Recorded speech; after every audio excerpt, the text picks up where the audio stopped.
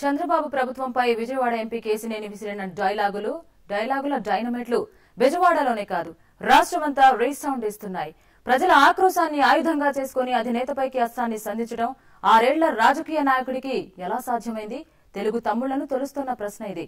Bus Kesineni travels the, steering మాత్రం ఢిల్లీలో ఉందనే ప్రచారం జోరందుకుతోంది. ఇంతకీ వాస్తవం ఏంటి?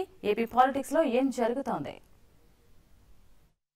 టీడీపీ, బీజేపీ ఎన్నికల టైం నుంచి చట్టాపట్టాలు వేసుకుని తిరుగుతున్న పార్టీలు కేంద్ర రాష్ట్ర ప్రభుత్వాల్లో కలిసి నడుస్తున్నాయి. ఇప్పుడే కాదు, గతంలోనూ ఇద్దరు మిత్రులే.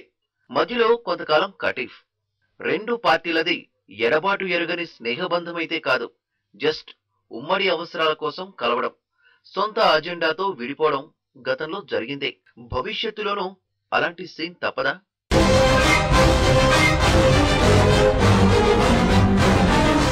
దేశమంతా కమల వికాసం, ఇది అమిత్ షా లక్ష్యం. ఏపీ పైన ఫోకస్ పెట్టారు. బలహీనంగా ఉన్న కమల దళాన్ని ఆపరేషన్ ఆకర్ష్తో పటిష్టం చేసేందుకు సిద్ధమయ్యారు. పక్క పార్టీలకు చెందిన సీనియర్లకు, కాస్త కేడర్ కలిగిన నాయకులకు కాషాయ కండువా కప్పేయాలన్నది ప్లాన్. ఇది తమకు ఇబ్బందిగా మారకుండా టీడీపీ అలర్ట్ అయింది. ఎన్టీఆర్ ట్రస్ట్ భవన్ కు పెట్టిన నో వేకెన్సీ బోర్డును తీసేసి సైకిల్ ఎక్కేందుకు రారమ్మంటూ ఆహ్వానిస్తోంది. టీడీపీ ఇలాంటి వ్యూహాన్ని అమలు చేయొచ్చని ముందే పసిగట్టినట్టుంది బీజేపీ. తన అమ్ముల పొదిలోని కీలకమైన అస్త్రాన్ని బయటకు తీసింది. ఆ అస్త్రం పేరే కేసినేని నాని అంటున్నారు.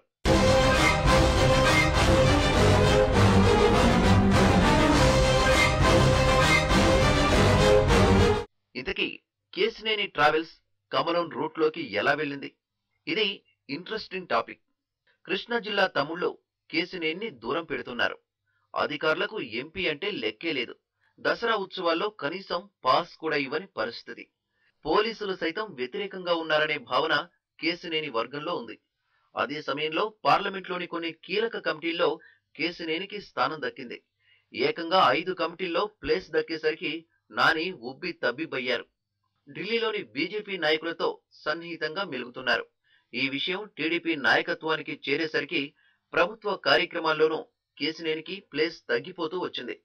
అటు ఢిల్లీలో బీజేపీ పెద్దల పలకరింపులు, ఇటు సొంత పార్టీలో చీదరింపులు. దీంతో తన వ్యతిరేకతను బహిరంగపరచాలని ఆయన వ్యూహాత్మకంగా కామెంట్స్ చేశారని తమ్ముళ్ళు అంటున్నారు. తప్పకుండా ఏదైతే విజయవాడ నగరాభివృద్ధికి శాసనసభ్యులు, పార్లమెంట్ సభ్యులు, మంత్రులు, ముఖ్యమంత్రి గారి డైరెక్షన్ లో విజయవాడ నగరాన్ని బ్రహ్మాండంగా అభివృద్ధి చేస్తున్నాం. Coordination day, month by, week by, day by జరుగుతుంది. ఖచ్చితంగా త్వరలో, వీలైన త్వరలో సీఎం గారు ఆధ్వర్యంలో మేమందరం వర్క్ చేసి మంచి కోఆర్డినేషన్ తో అందరం ప్రతి సూచన తీసుకుంటాం. టీడీపీ 6 నెలల పాలనపై ప్రజల్లో కొంత వ్యతిరేకత ఉండడం సహజం. అధికారులు చెప్పిందే వేదంగా మారిందని, ప్రజా ప్రతినిధులతో పనులు కావట్లేదనే అభిప్రాయం ఉంది. ప్రత్యేకించి బెజవాడలో ఆపరేషన్ నైట్ డామినేషన్ పేరుతో పోలీసుల ఓవర్ యాక్షన్ కూడా ప్రజలకు ఆగ్రహం తెప్పించింది. ఈ అంశాలనే కేసినేని క్యాష్ చేసుకున్నారు. చంద్రబాబును పొగుడుతూనే పాలనపై విమర్శలు చేశారు. ఫలితంగా తనపై చర్యలకు నాయకత్వం సాహసించలేని సంకటంలోకి పార్టీని నెట్టేశారు. రాజకీయ నాయకులకి, అధికారులకి ఎక్కడ కోఆర్డినేషన్ లేదు. అధికారులు వాళ్ళ దారిని వాళ్ళు ఇష్టం వచ్చినట్టు ప్రవర్తిస్తున్నారు. ఎదురుగా చంద్రబాబు నాయుడు గారు పడే కష్టానికి కళ్ళం ఫీల్ అవుతా ఉంటాయి. ఒకసారి నైట్ డామినేషన్ అంట. మన సిటీ క్రైమ్ సిటీనా? మన సిటీకి ఎంత బ్యాడ్ నేమ్ తీసుకోవాలా? మొత్తానికి బీజేపీ విస్తరణ వ్యూహానికి ధీటుగా టీడీపీ ఆపరేషన్ ఆకర్ష్ చేపట్టగా అంతే తెలివిగా సైకిల్ కు బ్రేకులేశారు కమల్నాథులు. తాజా పరిణామాలతో ఆకర్ష్ సంగతి అటుంచి బీజేపీ టార్గెట్ కు తమ వాళ్లు చిక్కకుండా టీడీపీ జాగ్రత్త పడాల్సిన పరిస్థితి. మిత్రపక్షాల్లో మొదలైన ఈ మైండ్ గేమ్ రానున్న రోజుల్లో ఇది ఏ స్థాయికి చేరుతుందో చూడాలి.